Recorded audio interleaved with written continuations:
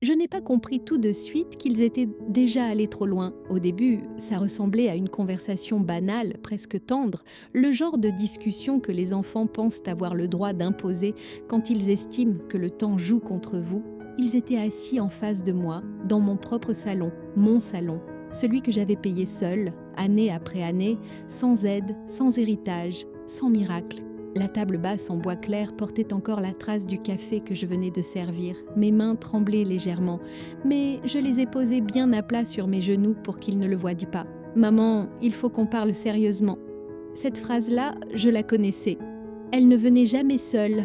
Elle arrivait toujours avec un ton calme, trop calme, celui qu'on utilise quand la décision est déjà prise et que la discussion n'est qu'un décor. C'est ma fille qui a continué. Sa voix était douce, presque compatissante. Elle parlait lentement, comme si j'étais déjà un peu sourde ou un peu lente à comprendre.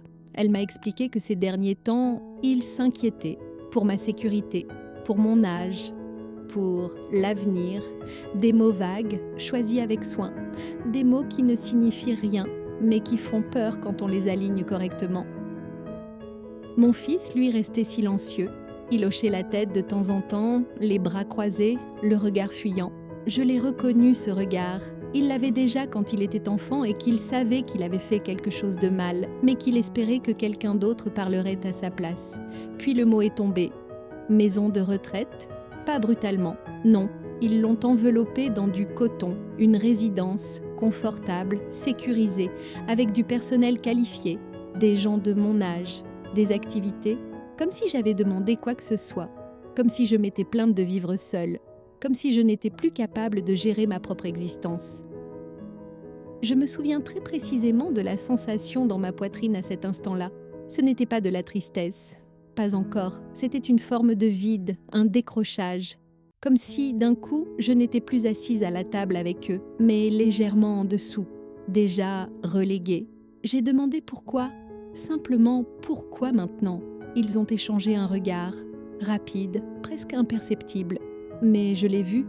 Ma fille a répondu que ce serait plus simple, que je n'aurais plus à me soucier de rien, que tout serait pris en charge. Elle a même souri en disant ça. Un sourire rassurant, étudié, celui qu'on réserve aux gens qu'on ne considère plus tout à fait comme des adultes.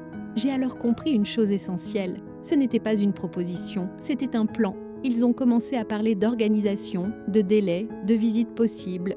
Ils avaient déjà des brochures, des noms, des options.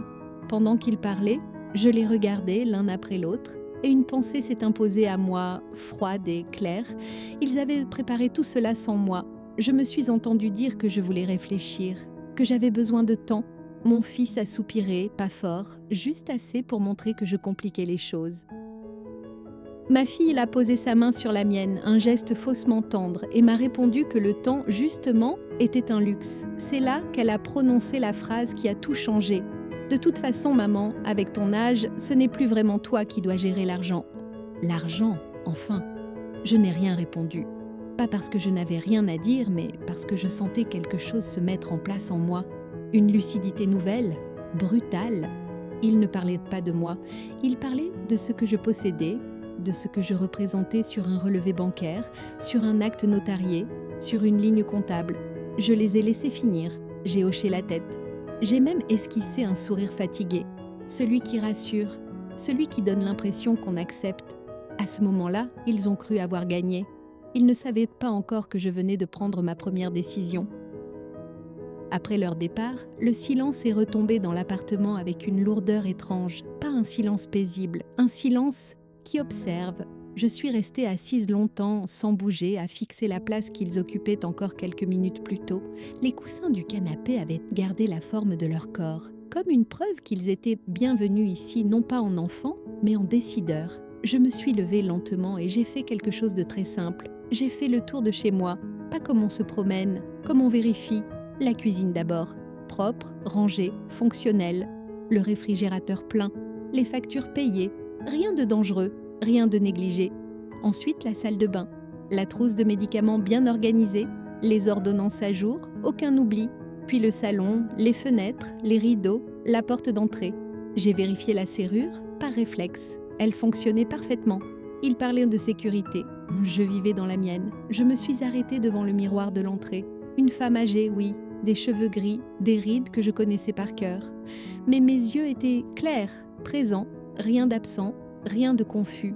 J'ai pensé, si quelqu'un me regardait objectivement, sans intérêt caché, verrait-il une femme incapable de décider pour elle-même ? La réponse était évidente. Je me suis préparé un thé et je me suis assise à la table, celle-là même où j'avais signé tant de papiers au fil des années. Factures, contrats, relevés. Toute ma vie tenait là, classée, ordonnée, compréhensible. J'avais toujours été comme ça, prudente, prévisible, responsable. C'est d'ailleurs pour ça qu'ils avaient toujours compté sur moi. Quand leur père était mort, j'avais tenu. Quand ils avaient eu besoin d'un coup de pouce pour leur premier appartement, j'avais aidé. Quand les fins de mois étaient si difficiles, j'avais avancé, sans jamais demander de compte. Je n'avais pas élevé des enfants dépendants. Du moins, c'est ce que je croyais. En réalité, je les avais habitués à une chose dangereuse, ma stabilité. Je n'avais jamais levé la voix, jamais menacé, jamais posé de conditions claires. J'avais confondu amour et discrétion.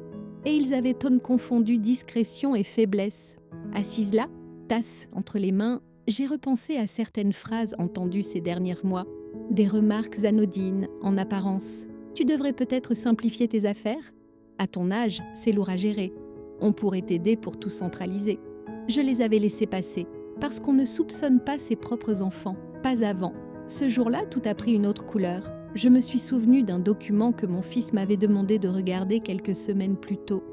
Juste pour voir, avait-il dit. Je n'avais pas signé, pas par méfiance, par habitude. Je ne signe jamais sans relire. Il n'avait pas insisté. Sur le moment, ça m'avait rassurée. Maintenant, je comprenais autrement. Ils n'étaient pas pressés par mon bien-être. Ils étaient pressés par le calendrier. J'ai rangé la tasse, ouvert un tiroir et sorti mon classeur le plus ancien.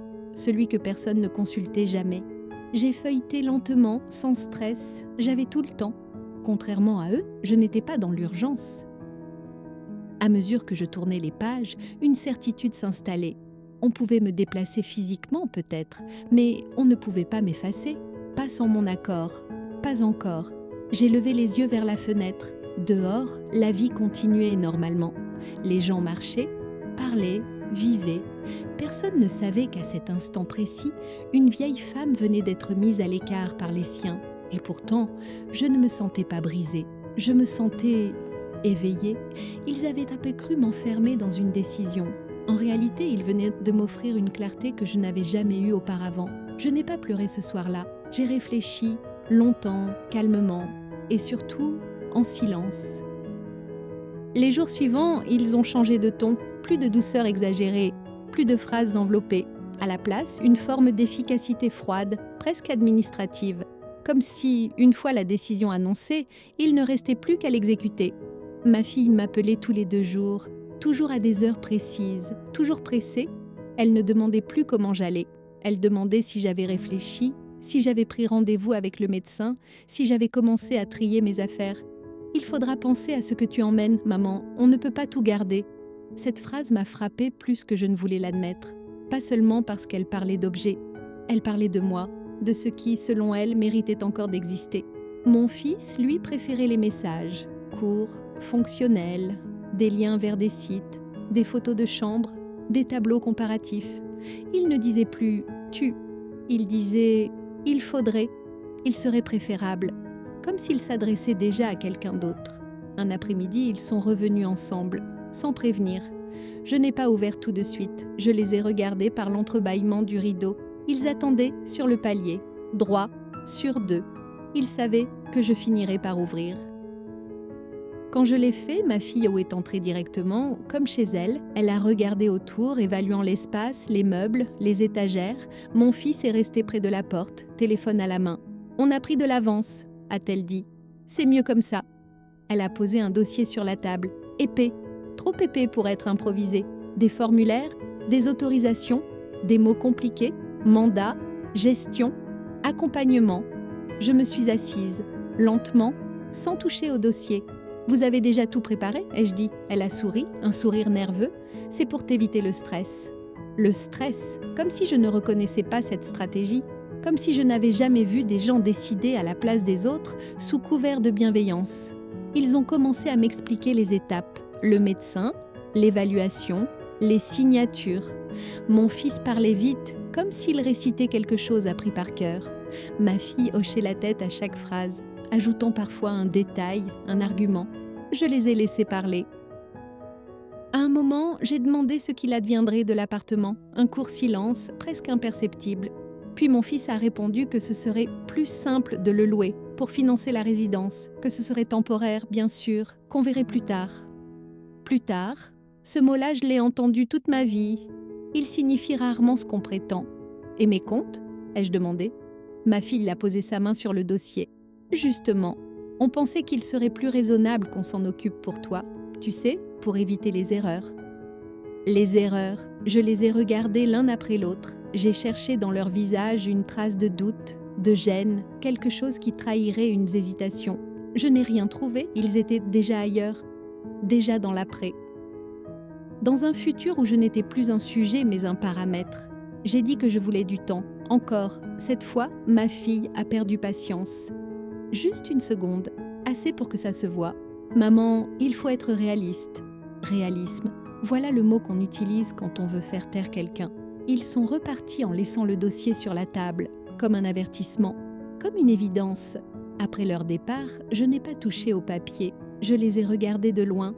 Ils n'étaient pas dangereux en soi. Ce qu'il était, c'était l'empressement, la certitude avec laquelle ils pensaient que tout était joué. Ce soir-là, j'ai compris quelque chose de fondamental. Ils n'attendaient pas mon accord, ils attendaient mon épuisement.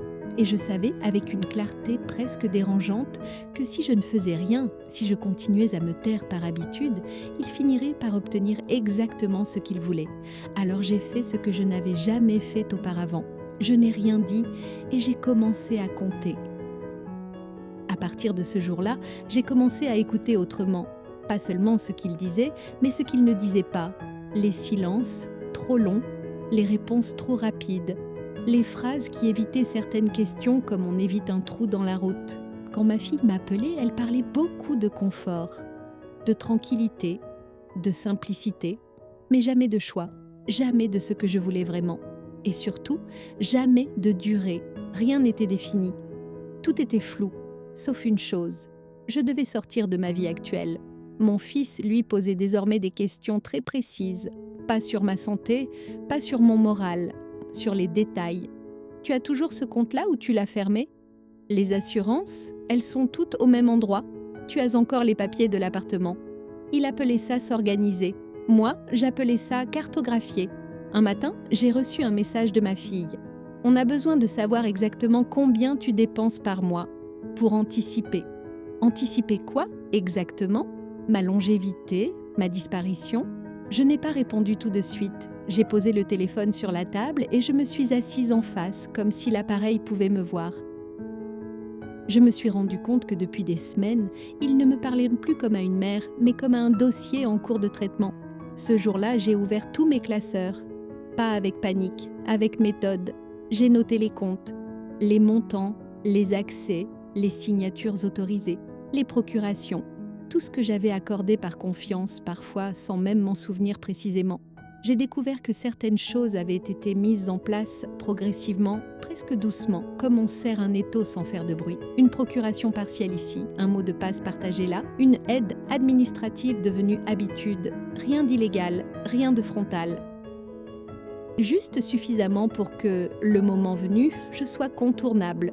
J'ai aussi relu les messages anciens, les échanges, les petites phrases qui, à l'époque, ne m'avaient pas alarmée. C'est plus simple comme ça. Tu me fais confiance, non ? On fera ça ensemble. Ensemble, un mot magnifique quand il est sincère, un mot dangereux quand il ne l'est plus. Dans l'après-midi, ma fille m'a assez Nancy n'a acheté passer sans prévenir. Elle avait les clés, elle les avait toujours eues. Avant, ça me rassurait. Maintenant, ça m'a crispée.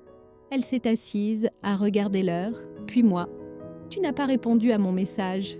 Je lui ai dit que je réfléchissais. Elle a soupiré, s'est levée, a ouvert un tiroir, mon tiroir, celui où je rangeais des papiers. Il ne faut pas compliquer les choses, maman. Voilà, compliquer, encore ce mot. Je l'ai regardée fouiller puis refermer le tiroir quand elle a compris que je l'observais. Elle a souri comme si de rien n'était. Mais ce sourire-là, je ne l'avais jamais vu avant. Il n'était pas affectueux, il était pressé. Quand elle est copartie, j'ai verrouillé la porte. Pour la première fois depuis des années.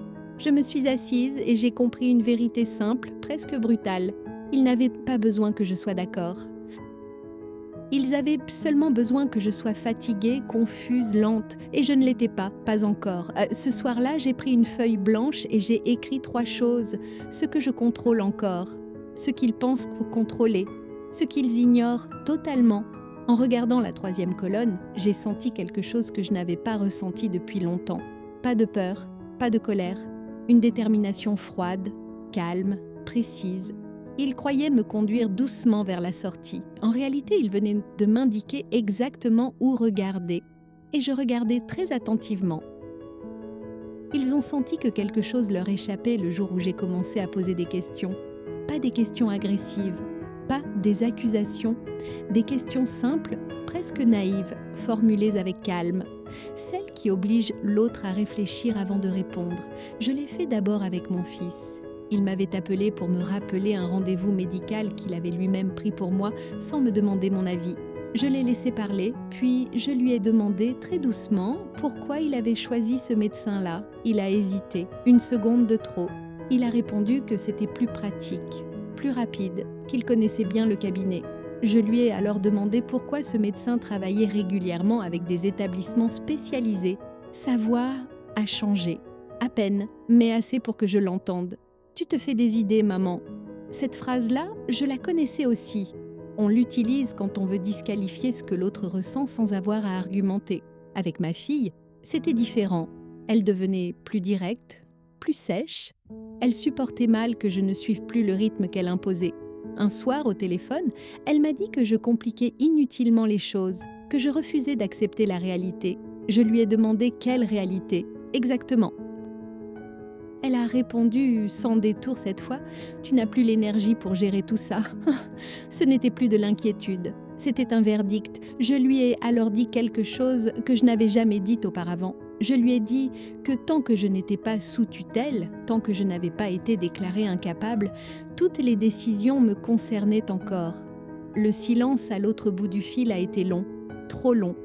Puis elle a repris avec une voix qu'elle voulait poser. « Personne ne parle de tutelle, maman, mais il faut anticiper. » Toujours ce mot, anticiper, prévoir, organiser. Des mots propres, lisses, derrière lesquels se cachait une chose beaucoup plus brutale, me retirer la main du volant. Ils ont commencé à insister davantage, à me rappeler les risques, les chutes, les oublis. Ils exagéraient des incidents mineurs, les amplifiaient, les utilisaient comme preuve. Un rendez-vous déplacé devenait un signe de désorientation. Une facture payée en retard devenait un symptôme. Je me suis surprise à me surveiller moi-même, à vérifier 2 fois chaque geste, chaque parole. C'est comme ça que ça commence. On vous pousse à douter de votre propre lucidité. Un après-midi, ils sont venus ensemble, encore une fois sans prévenir. Cette fois, j'ai senti la tension dès qu'ils sont entrés. Ma filleule avait ce regard déterminé, celui qu'elle avait enfant quand elle voulait absolument obtenir quelque chose. Mon fils semblait mal à l'aise, mais il ne disait rien. Ils ont posé le dossier sur la table, le même, toujours là. Ma fille a parlé la première. Elle a dit que si je continuais à refuser de coopérer, il serait obligé de prendre des mesures. Elle n'a pas précisé lesquelles. Elle n'avait pas besoin de le faire. La menace était là, suspendue entre nous. Je l'ai regardée longuement et je lui ai dit que je ne refusais pas de coopérer, que je voulais simplement comprendre, tout, noir sur blanc. Elle s'est crispée. Mon fils a tenté de minimiser, de dire que ce n'était pas le moment d'entrer dans les détails. « Justement, » ai-je répondu, « c'est toujours le bon moment pour les détails. » Ils ont échangé un regard, encore un, plus tendu que les autres. C'est à ce moment-là que j'ai compris qu'ils avaient commis une erreur. Ils avaient cru que ma résistance venait de la peur. En réalité, elle venait de la lucidité. Quand ils sont repartis, ma fille m'a lancé une dernière phrase depuis le seuil de la porte. « Tu te mets des bâtons dans les roues toute seule, maman. » Je n'ai pas répondu. Je savais désormais exactement où ils voulaient m'emmener. Et surtout, jusqu'où ils étaient donc prêts à aller pour y parvenir. Ce soir-là, J'ai ouvert mon carnet et j'ai ajouté une 4e ligne à ma liste. Ce qu'ils feront si je dis non. Et pour la première fois depuis le début, je n'ai pas seulement observé, j'ai commencé à préparer la suite. Le déclic n'a pas été spectaculaire. Pas de colère, pas de larmes. Juste un moment très calme où j'ai cessé d'attendre quoi que ce soit d'eux. Je me suis rendu compte que, depuis le début, j'essayais encore d'être comprise, de leur expliquer, de leur faire voir que j'étais capable, présente, lucide, comme si leur reconnaissance était nécessaire pour que ma réalité existe. Ce jour-là, j'ai arrêté. J'ai compris que je n'avais rien à prouver, seulement des décisions à prendre. À partir de là, j'ai changé d'attitude. Subtilement, je suis devenue plus conciliante, plus douce. J'ai cessé de poser trop de questions. J'ai hoché la tête plus souvent. Je les ai laissés croire que leur insistance finissait par m'user. Ma fille a immédiatement perçu le changement. Elle s'est détendue. Elle a recommencé à parler d'imprecation, ou un ton d'après, de transition, de soulagement. Mon fils aussi semblait soulagé. Il a même plaisanté au téléphone, comme si la tension n'avait jamais existé. Ils pensèrent que j'abandonnais. En réalité, je me recentrais. Chaque matin, je me levais avec une discipline nouvelle. Je notais tout. Les appels, les phrases exactes, les heures, les demandes. Je gardais les messages, je faisais des copies. Je ne réagissais plus à chaud, je laissais passer la nuit avant de répondre. Je redevenais invisible, et c'était exactement ce qu'il me fallait. Un après-midi, ma fille lui m'a proposé de l'accompagner juste pour visiter un établissement. Sans engagement, bien sûr, j'ai accepté. Elle n'a pas caché sa surprise. J'ai vu dans son regard cette satisfaction silencieuse, cette impression de victoire. Pendant la visite, je n'ai rien dit. J'ai écouté, j'ai observé, j'ai vu comment elle posait les questions à ma place, comment elle parlait de moi à la 3e personne alors que j'étais juste là, assise à côté. Elle est encore très autonome, mais il faut anticiper. Toujours ce mot. En sortant, elle m'a demandé ce que j'en pensais. Je lui ai répondu que c'était propre, calme, bien organisé. Des mots neutres, sans émotion. Elle a souri. Ce qu'elle ne savait pas, c'est que ce n'était pas le lieu que j'évaluais. C'était elle. Je notais tout, son empressement, son soulagement, la façon dont elle parlait déjà comme si tout était réglé, comme si ma vie n'était plus qu'une suite de démarches à finaliser. Le soir même, j'ai fait quelque chose que je n'avais pas fait depuis des années. J'ai ressorti mon agenda papier, celui que je gardais par habitude, sans vraiment l'utiliser. J'y ai inscrit un rendez-vous discret, anodin en apparence, puis un second. Je ne leur en ai pas parlé. J'ai aussi commencé à ranger autrement, pas à trier pour partir, à classer pour rester, à sécuriser, à séparer ce qui devait rester accessible de ce qui ne devait plus l'être. Ils continuaient à croire que je me préparais à leur plan. En réalité, je préparais le mien. Un soir, mon fils m'a appelé pour me dire qu'ils allaient bientôt fixer une date. Il parlait doucement, comme à une enfant qu'on endort. Je l'ai laissé faire, je lui ai dit que je lui faisais confiance. Ce mot l'a rassuré. Il ne se doutait pas que je venais de lui retirer quelque chose d'essentiel. La confiance n'était plus un don, c'était un outil. Quand j'ai raccroché, je me suis regardée dans le miroir, pas pour chercher les marques de l'âge. Mais pour vérifier une chose simple, est-ce que je me reconnaissais encore ? La réponse était oui. Je n'étais pas perdue, je n'étais pas confuse, je n'étais pas dépassée. J'étais simplement en train de changer de stratégie. Ils pensaient me conduire doucement vers une sortie encadrée. Ils ignoraient que je venais de prendre un autre chemin, un chemin discret, silencieux et parfaitement maîtrisé. Je leur ai donné ce qu'ils voulaient, pas mon argent, pas ma vie, juste l'illusion que je cédais. Quand ma fille m'a appelée le lundi suivant, je n'ai pas contesté, je n'ai pas soupiré, je ne lui ai pas rappelé que j'avais toujours vécu seule sans incident. Je lui ai simplement demandé d'une voix calme à quel moment elle voulait qu'on fasse les démarches. Elle a marqué un temps d'arrêt, comme si elle venait d'entendre une phrase inattendue. « Tu es d'accord ?» J'ai répondu que je voulais faire les choses correctement, que je ne voulais pas être un poids, que je comprenais leurs inquiétudes. Des mots simples, des mots qui les rassurent, des mots qui mettent fin aux résistances parce qu'ils sont exactement ceux qu'on attend de vous. À l'autre bout du fil, j'ai entendu son souffle se relâcher, comme si son corps entier s'était détendu d'un coup. Le soir même, mon fils m'a envoyé un message. « Merci maman, ça nous soulage. » Je l'ai lu 2 fois. Ça les soulageait, pas moi. Le lendemain, ils sont arrivés avec une énergie nouvelle. Ce n'était plus la tension des semaines précédentes. C'était une efficacité presque joyeuse, comme si l'obstacle principal venait de disparaître. Ma fille avait un classeur, des post-it de couleur, des copies. Mon fils avait son ordinateur. Ils se sont installés à ma table comme on s'installe dans un bureau. Mon bureau. Ils ont commencé à parler de calendrier. Il faudrait se dépêcher un peu. Il y a une place qui se libère. Si on attend, ça risque d'être plus compliqué. Toujours l'urgence, toujours la pression déguisée. Et puis, très naturellement, comme si c'était un détail, ma fille a dit « On va aussi mettre tout à plat au niveau des comptes, pour que tout soit plus fluide. » Elle avait prononcé fluide comme on prononce propre, comme si la fluidité était un bien absolu. J'ai hoché la tête. J'ai pris un stylo, j'ai noté quelques mots sur un papier, comme une élève appliquée. Ils ont adoré ça. À partir de ce moment-là, ils se sont permis davantage. Ils ont demandé où je gardais mes identifiants. Ils ont parlé de faire un rendez-vous à la banque ensemble. Ils ont évoqué l'idée de regrouper mes assurances. Mon fils a même dit « Ce serait bien que je sois en copie sur certains courriers, au cas où. » Au cas où quoi ? Je l'ai regardé et j'ai souri, un sourire neutre, vieux, inoffensif. Ce qu'ils ne voyaient pas, c'était que chaque phrase qu'ils prononçaient devenait une preuve. Je leur ai posé une seule question ce jour-là, une question simple, presque innocente. « Et si je change d'avis ?» Ma fille a ri, pas un rire chaleureux, un rire bref, un rire qui dit « Tu ne changeras pas d'avis. Tu ne changeras pas, maman, et puis c'est pour ton bien. » Je n'ai pas insisté, je les ai laissés repartir avec leurs classeurs, leurs échéances, leur enthousiasme. Avant de franchir la porte, ma fille s'est retournée vers moi. « Tu vois, quand tu coopères, tout se passe bien. » Quand la porte s'est refermée, j'ai attendu quelques secondes. J'ai écouté leurs pas s'éloigner dans le couloir. Puis, j'ai fait exactement ce que je faisais depuis des semaines. J'ai écrit, j'ai noté l'heure, les phrases exactes, les demandes. La manière dont ils avaient parlé de mes comptes comme d'un objet à organiser. J'ai aussi noté le mot le plus important qu'ils avaient utilisé sans s'en rendre compte. Dépêcher, ils étaient oppressés. Et quand des gens sont pressés, ils deviennent imprudents.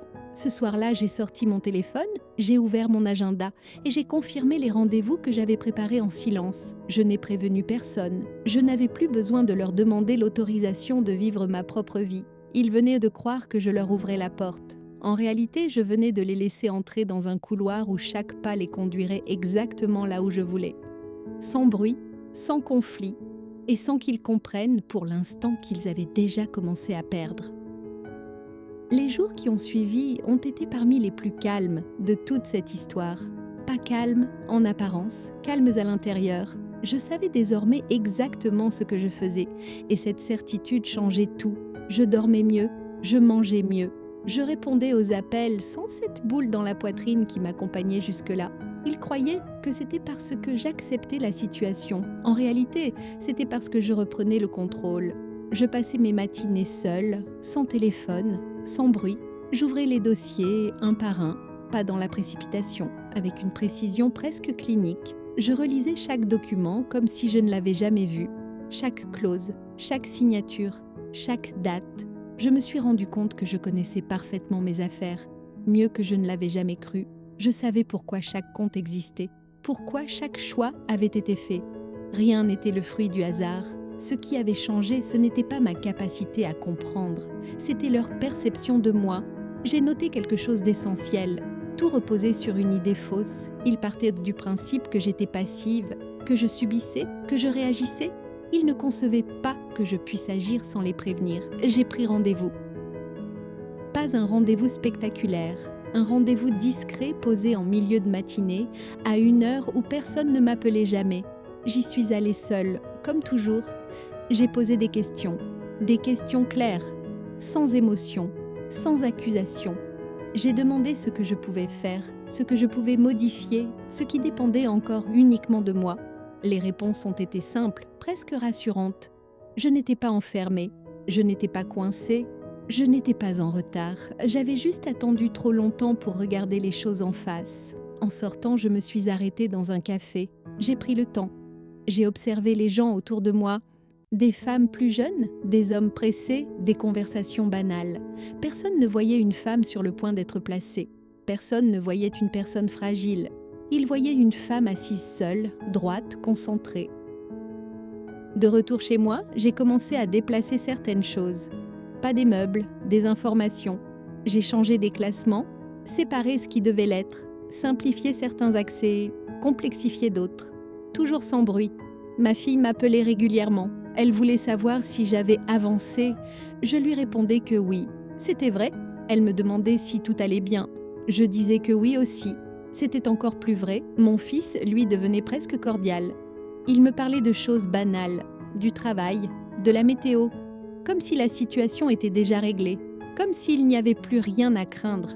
Il pensait avoir franchi l'étape la plus difficile, ma résistance. Ils ignoraient que la plus dangereuse venait après. Un soir, j'ai ressorti une vieille enveloppe. Une enveloppe que je n'avais pas ouverte depuis des années. Elle contenait des documents que j'avais mis de côté d'au cas où. À l'époque, je m'étais trouvée excessive, méfiante. Aujourd'hui, je me suis remerciée. J'ai compris à ce moment-là que cette histoire ne se terminerait pas par un affrontement, pas par des cris, pas par des pleurs, elle se terminerait par un constat. Il s'était appuyé sur une image de moi qui n'existait plus, une femme fatiguée, une femme confuse, une femme dépendante. Cette femme-là n'était qu'une projection commode. La vraie était assise à sa table, stylo en main, parfaitement lucide, en train de finaliser quelque chose qu'il ne verrait en venir que lorsqu'il serait trop tard pour réagir. Ce soir-là, j'ai rangé mes papiers, éteint la lumière et je me suis couchée avec une pensée très claire. Ils avaient pris de l'avance sur le calendrier. Moi, j'avais pris de l'avance sur la réalité. Et dans ce genre de situation, c'est toujours celui qui comprend le premier qui gagne. Les choses ont commencé à bouger sans faire de bruit. Pas de grands gestes, pas d'annonces, juste une suite d'actions discrètes, presque invisibles pour qui ne savait pas où regarder. C'était exactement ce que je voulais. J'ai commencé par les détails les plus simples, ceux que personne ne remarque jamais parce qu'ils semblent insignifiants. Les adresses de contact, les numéros secondaires, les notifications automatiques, tout ce qui fait qu'une information arrive à quelqu'un ou pas. Je n'ai rien supprimé brutalement. J'ai déplacé, redirigé, réorganisé. Chaque changement était logique, justifiable, propre. Si quelqu'un avait regardé de près, il aurait trouvé ça raisonnable. Mais personne ne regardait de près. Il pensait que j'étais en train de lâcher prise. Je faisais exactement l'inverse. Un matin, mon fils m'a appelé pour me dire qu'il avait reçu un courrier étrange de la banque. Rien de grave selon lui, juste un retard d'information. Il voulait comprendre. Je lui ai répondu calmement que je ne savais pas, que je n'avais rien changé d'important, que ça devait être une erreur administrative. Il m'a cru. Il me croyait toujours quand je parlais doucement. Ma fille, elle, devenait plus nerveuse. Elle m'appelait parfois 2 fois dans la même journée. Toujours sous couvert de bienveillance, toujours avec ce ton faussement léger qui trahissait une inquiétude grandissante. « Tout va bien, maman ? Tu n'es pas trop fatiguée avec toutes ces démarches ?» Je lui répondais que non, que tout était simple finalement, que ça me faisait même du bien de mettre de l'ordre. Ce mot-là la rassurait. Ordre. Elle ne comprenait pas que l'ordre que je mettais n'était pas celui qu'elle imaginait. Je continuais à noter chaque échange, chaque phrase, chaque réaction, les micro-signes d'agacement, les silences inhabituels, les changements de ton. Je voyais leur confiance glisser lentement vers une forme d'impatience. Ils sentaient que quelque chose leur échappait, sans pouvoir dire quoi. Un après-midi, ma fille est passée à l'improviste. Elle a regardé autour d'elle comme si elle cherchait quelque chose de précis. Elle m'a posé des questions anodines, puis d'autres un peu moins. « Tu as vu le conseiller finalement ? Tu as avancé pour les signatures ?» Je lui ai répondu que oui, que tout avançait, que certaines choses prenaient plus de temps que prévu, mais que c'était normal. Elle a hoché la tête, mais je voyais bien que ça ne la satisfaisait pas. Elle voulait des dates, des confirmations, des preuves. Je ne lui ai rien donné. Avant de partir, elle a ouvert son sac et en a sorti un document. « Juste au cas où », a-t-elle dit, un papier à signer plus tard. Elle l'a posé sur la table, bien en évidence, comme une graine plantée dans un terrain qu'elle croyait encore fertile. Je l'ai laissé là après son départ. Je ne l'ai pas touché. Le soir venu, j'ai repris mes notes. J'ai fait le point. Tout était en place. Les accès n'étaient plus là où ils pensaient. Les décisions clés ne dépendaient plus de leur timing. Et surtout, rien ne pouvait être modifié sans que je sois présente, consciente, volontaire. Ils avaient bâti leur plan sur une hypothèse, que je me laisserais guider jusqu'au bout, par fatigue ou par habitude. Ils s'étaient trompés sur un point essentiel. Je n'étais pas pressée. Eux, si. Et plus ils sentaient le temps leur filer entre les doigts, plus leurs gestes devenaient visibles, plus leurs mots devenaient maladroits. Ils commençaient à révéler ce qu'ils essayaient de cacher depuis le début. Ce soir-là, en refermant mon carnet, j'ai compris que la phase la plus délicate était terminée. La préparation, le silence, l'attente, ce qui venait ensuite serait différent. Ils allaient m'étaient bientôt poser une question qu'ils n'étaient pas prêts à entendre. Et moi, j'étais enfin prête à y répondre, sans hausser la voix, sans me justifier, simplement en laissant les faits parler à ma place. La pression est montée d'un cran sans qu'ils aient besoin de l'annoncer. Je l'ai senti à la façon dont ma fille parlait désormais. Plus vite, moins de détours. Comme quelqu'un qui a l'impression que le temps lui glisse entre les doigts et qui n'a plus envie de faire semblant. Elle a commencé à m'appeler le matin, très tôt, puis en fin d'après-midi, parfois les deux. Elle ne laissait plus autant d'espace entre les phrases. Elle enchaînait les sujets comme si tout était urgent. Le médecin a confirmé que ce serait mieux de ne pas attendre. Il y a une opportunité qui ne se représentera pas. On ne peut pas rester dans l'incertitude comme ça. L'incertitude, c'était moi. Mon fils, lui, a changé de rôle. Il est devenu le messager, celui qui tente d'adoucir les angles, celui qui explique que sa sœur est stressée, que ce n'est pas contre moi, que tout le monde veut juste avancer. Avancer où exactement? Il ne le précisait jamais. Un soir, ils ont débarqué ensemble, sans prévenir, une nouvelle fois.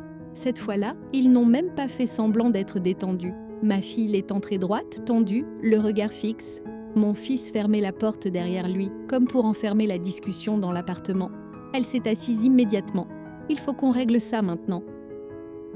Ah, pas discuter, régler. Elle a sorti plusieurs documents. Pas le dossier habituel, d'autres, plus courts, plus ciblés. Elle parlait de signatures simples, de formalités. Elle disait que c'était la dernière étape avant que tout soit enfin stabilisé.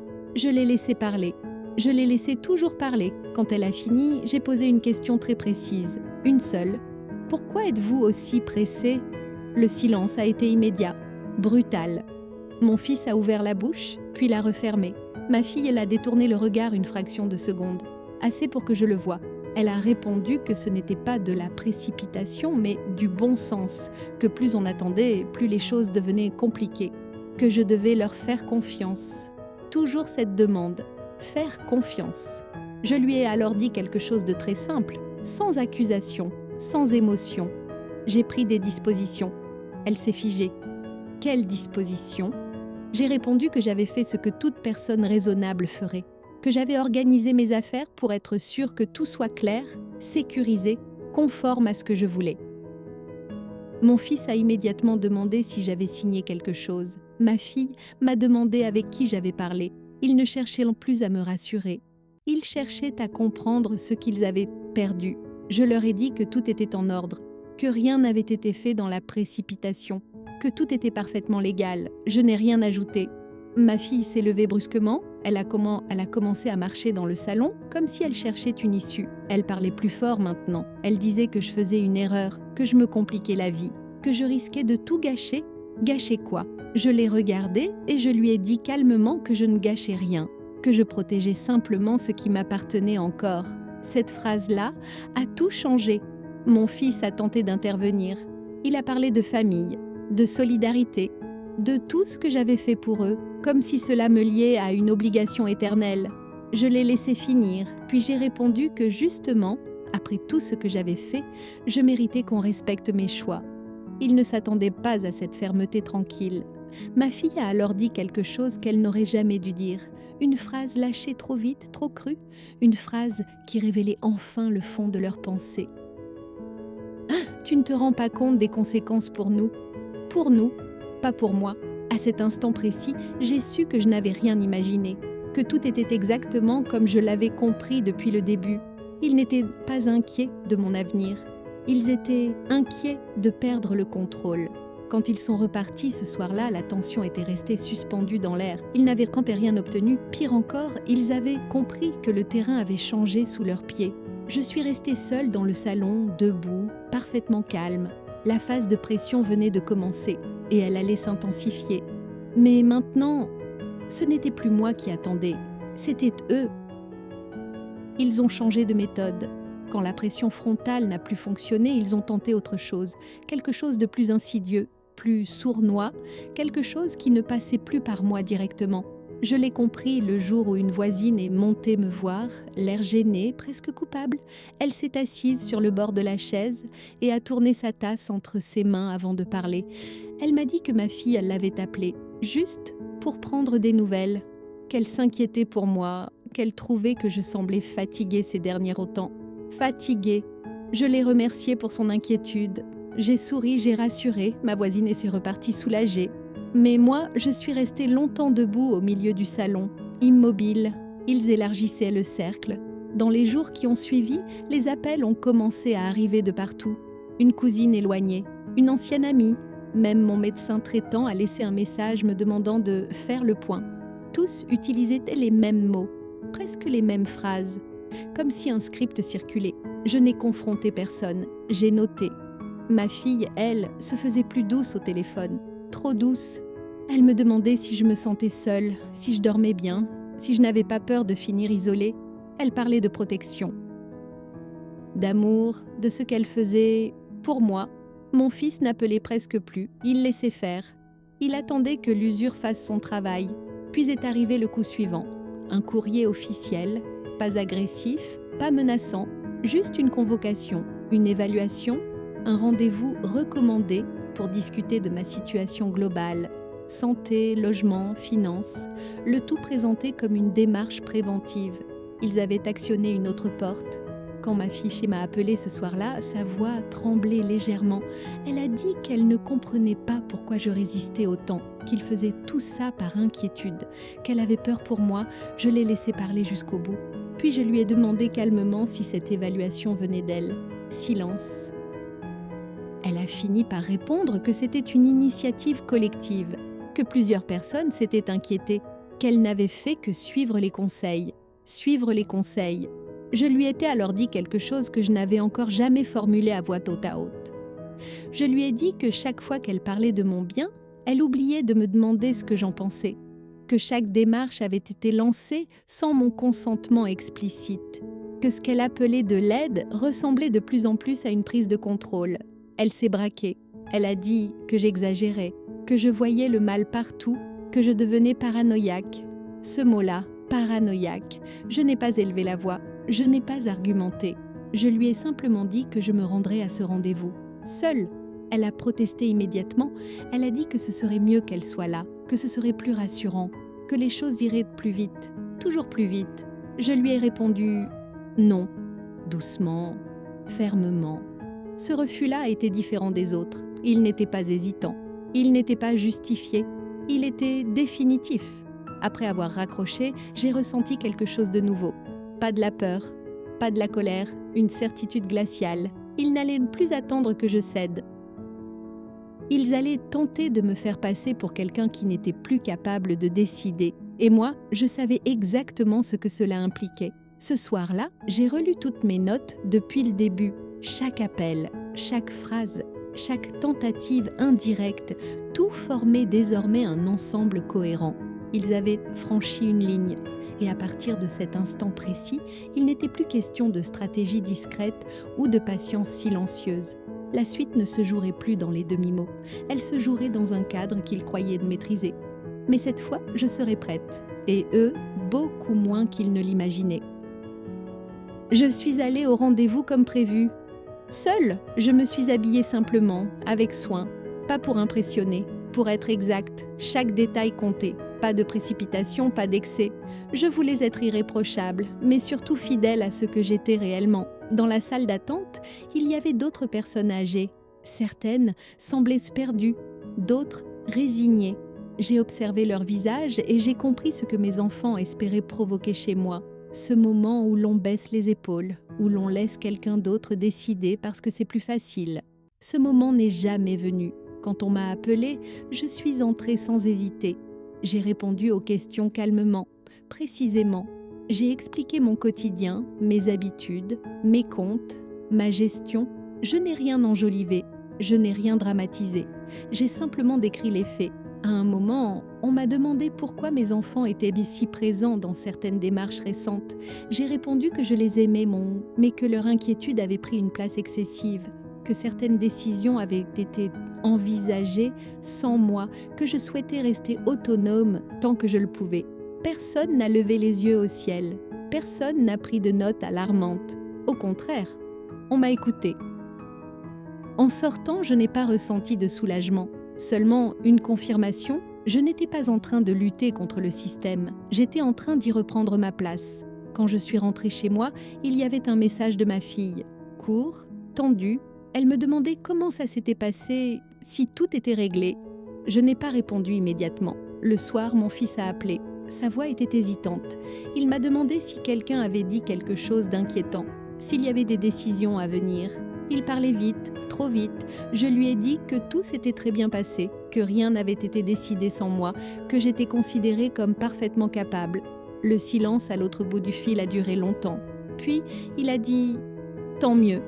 Mais ce n'était pas vrai. Les jours suivants, j'ai senti un changement subtil.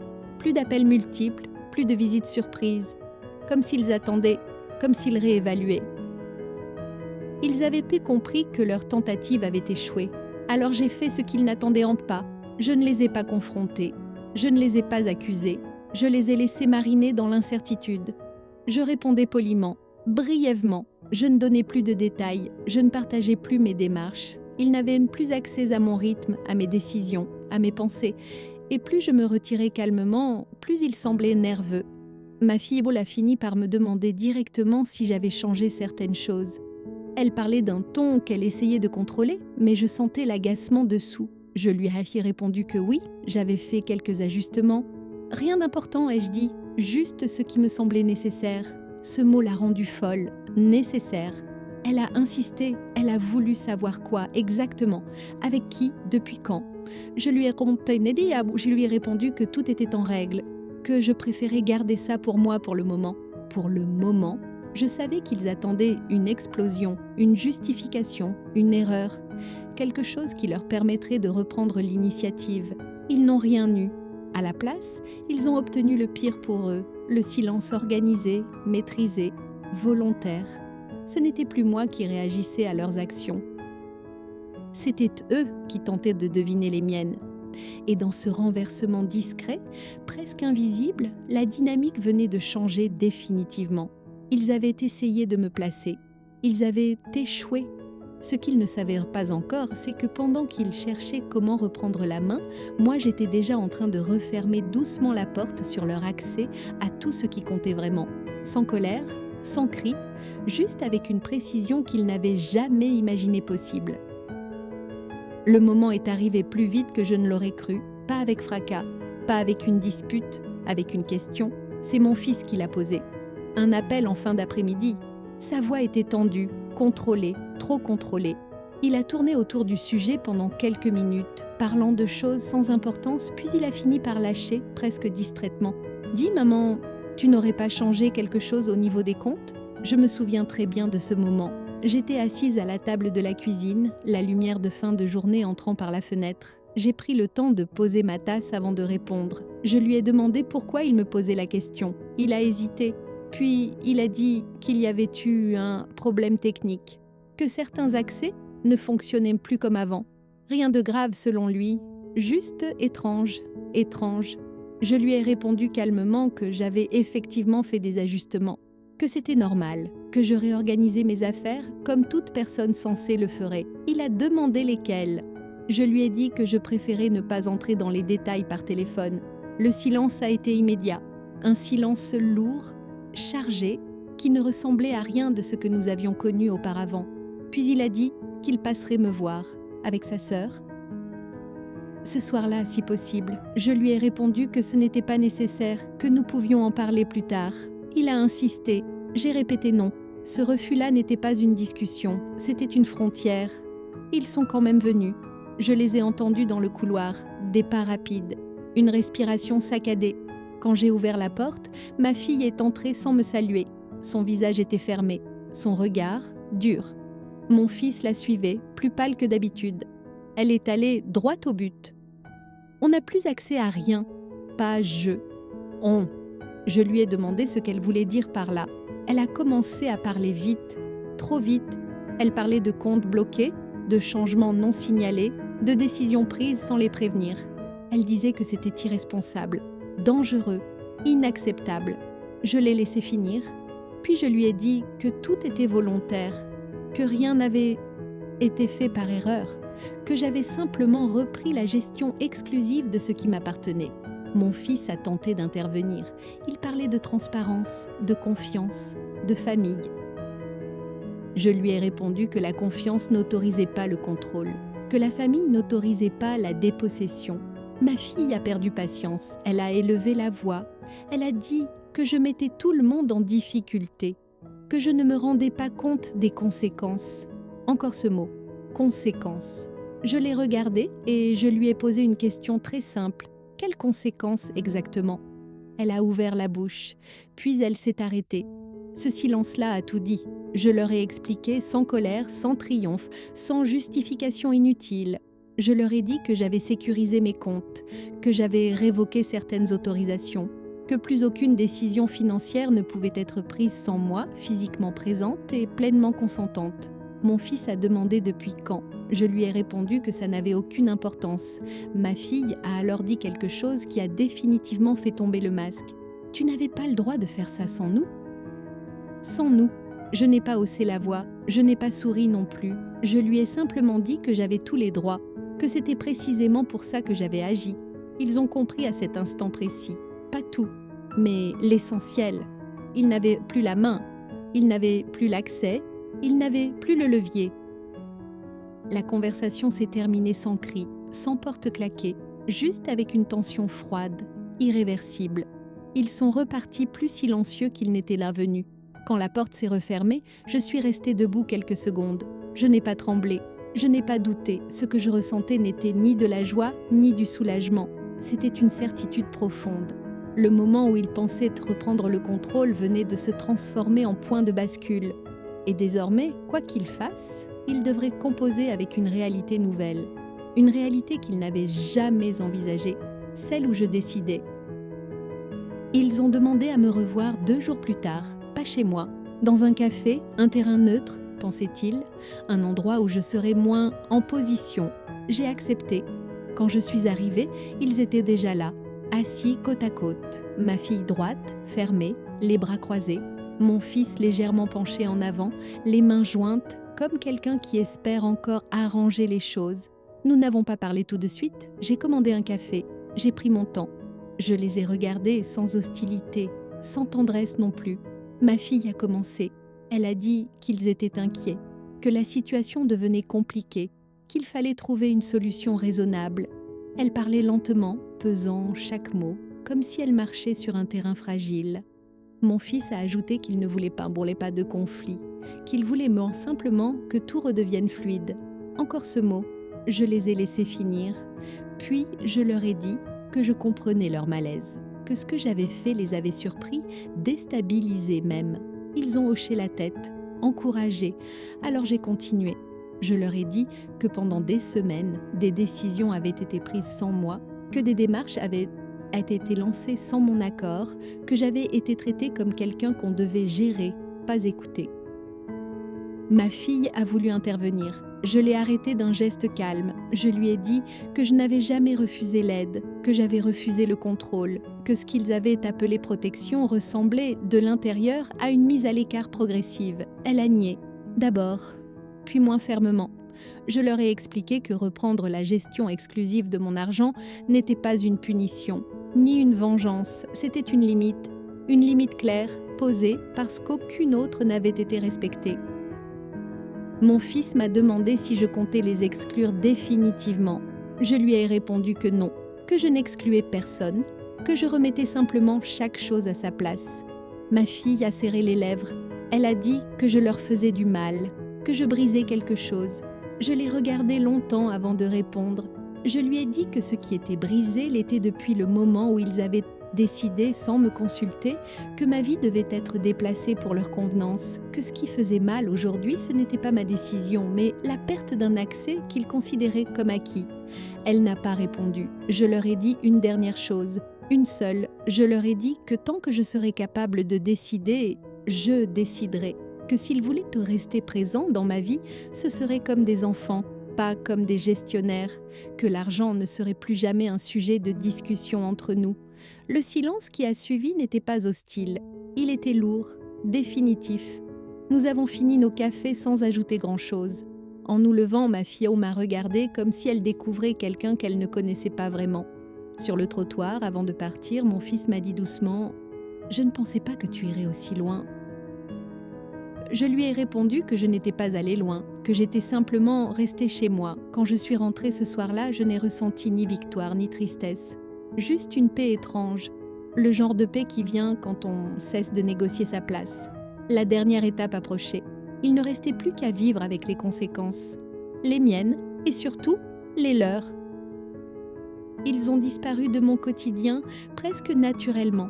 Pas de coupure brutale, pas de scène, simplement moins d'appels, moins de messages, moins de tentatives déguisées en attention, comme si, privés de ce qui les motivait vraiment, ils ne savaient même plus très bien quelle place occuper. Au début, ça m'a surprise, puis très vite ça m'a soulagée. Les semaines ont passé, j'ai repris un rythme qui m'appartenait. Mes horaires, mes habitudes, mes décisions. Je faisais mes courses tranquillement, je lisais le matin, je sortais quand j'en avais envie, personne ne vérifiait, personne ne supervisait. Je n'avais pas repris le contrôle de ma vie, je n'avais jamais cessé de l'avoir, je l'avais simplement laissé être contestée. Un jour, ma fille m'a appelée. Sa voix était différente, plus plate, moins assurée. Elle m'a parlé de banalité, du travail, de la fatigue. Elle n'a pas mentionné l'argent, pas une seule fois. Quand elle a raccroché, j'ai compris que quelque chose s'était définitivement déplacé entre nous. Ils avaient appris, pas forcément ce que j'aurais aimé leur apprendre, mais l'essentiel, qu'on ne met pas quelqu'un de côté sans conséquence, qu'on ne confond pas l'âge avec l'effacement, qu'on ne décide pas à la place d'une personne lucide sans en payer le prix. Je n'ai jamais été placée en maison de retraite, je n'ai jamais cédé mes comptes, je n'ai jamais signé ce qu'ils attendaient et je n'ai jamais levé la voix pour y parvenir. Ce que j'ai fait, c'est beaucoup plus simple. J'ai arrêté d'expliquer, j'ai arrêté de demander, j'ai arrêté de me justifier, j'ai agi. Aujourd'hui encore, je pense parfois à ce moment précis où ils m'ont annoncé, très calmement, que ma vie allait changer sans moi. S'ils savaient ce qu'ils ont déclenché ce jour-là, ils auraient peut-être choisi leurs mots autrement, ou peut-être pas. Mais une chose est sûre, ils n'ont plus jamais confondu mon silence avec une faiblesse. Si cette histoire t'a touché, si elle t'a rappelé quelqu'un que tu connais, ou peut-être toi-même, prends une seconde pour t'abonner, laisser un like ou écrire un commentaire. Parfois, une simple décision racontée peut aider d'autres personnes à reprendre la leur.